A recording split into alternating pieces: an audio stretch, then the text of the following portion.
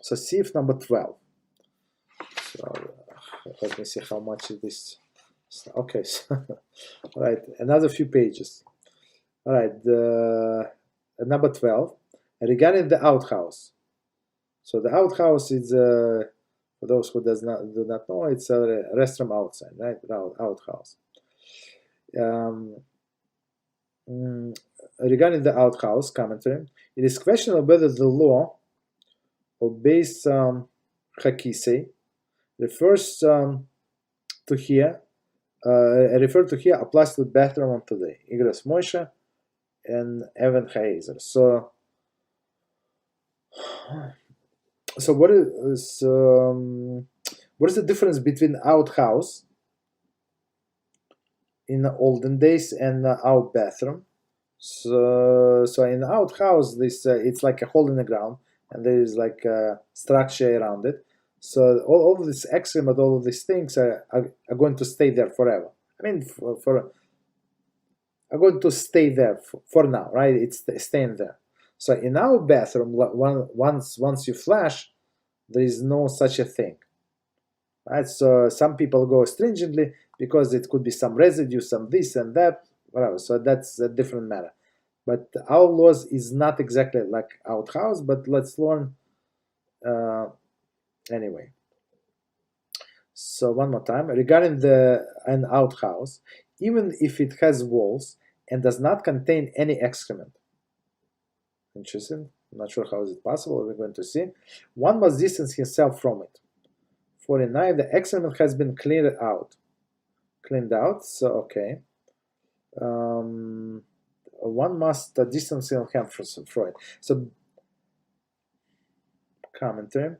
The outer walls of the outhouse have the same status as the excrement, as outlined above. Further discussion. So basically, even if they cleaned it, I'm not sure how is it possible to completely clean it. Not sure.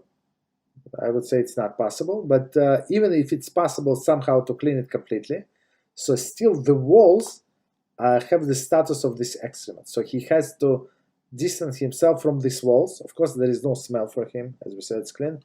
But these walls is considered to be the excrement. So he has to distance 4 hours. Okay, continue. Therefore, a bench or a seat that was made with a hole in the middle, under which the chamber pot is placed, so that the people can relieve themselves while sitting upon it. 51, similar to a toilet, but you see today, like for elderly people, they have something like that. So I mean, they cannot sit down on the toilet, so that's what they have for them. Okay, chamber pot upon it. Even if they remove the chamber pot, so basically it's clean, right? The chamber pot is removed; it's not there. It is clean. And cover the hole on the bench with a board, or today they have with this elderly people, they have cover, the plastic cover, doesn't matter. Nevertheless, this bench retains the status of the outhouse. So from this you have to distance yourself 4 amos. For example, if somebody is a